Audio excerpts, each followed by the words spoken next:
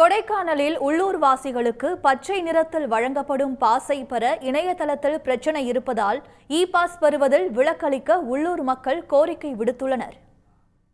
கொடைக்கானல் வருவதற்காக கடந்த 8 மாதங்களில் 4 லட்சம் வாகனங்கள் பதிவாகி இருந்த நிலையில் இ பாஸ் நடைமுறையால் 2 லட்சத்திற்கும் குறைவான வாகனங்களே கொடைக்கானல் வந்துள்ளன.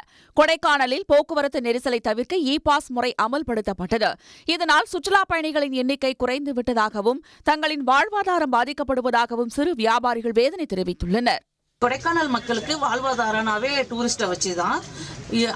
இப்போ பார்த்தீங்கன்னா போன வருஷம் பார்த்தீங்கன்னா மே மாதம் இந்த இ பாஸ் முறை அமலுக்கு வந்துச்சு.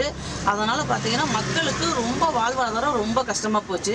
பார்த்தீங்கன்னா டூரிஸ்ட் கூட்டமே சுத்தமாக இல்லாமல் போச்சு.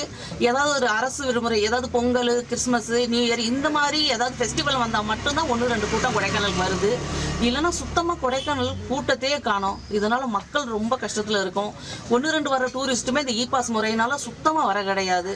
நாங்கள் கொடைக்கானல் மக்கள் ரொம்பவே கஷ்டப்படுறோம். கடந்த மே மாதத்திலிருந்து இந்த மாதம் வரைக்கும் கொடைக்கானல் வருவதற்காக 4 லட்சத்திற்கும் மேற்பட்ட வாகனங்கள் பதிவு செய்த நிலையில் 2 லட்சத்திற்கும் குறைவான வாகனங்களே கொடைக்கானல் வந்துள்ளன. உள்ளூர்வாசிகளுக்கு பச்சை நிறத்தில் வழங்கப்படும் பாஸை பெற இணையதளத்தில் பிரச்சினை இருப்பதால் சுற்றுலா பயணிகளுக்கான இ பாஸையே உள்ளூர்வாசிகள் பெறும் நிலை உள்ளது. இதன் காரணமாகவே இ பாஸ் பெறுவதில் விலக்கு அளிக்க உள்ளூர்வாசிகள் கோரிக்கை விடுத்துள்ளனர். உடனுக்குடன் செய்திகளை தெரிந்து கொள்ள சன் நியூஸ் பெல் ஐகானை கிளிக் பண்ணுங்க.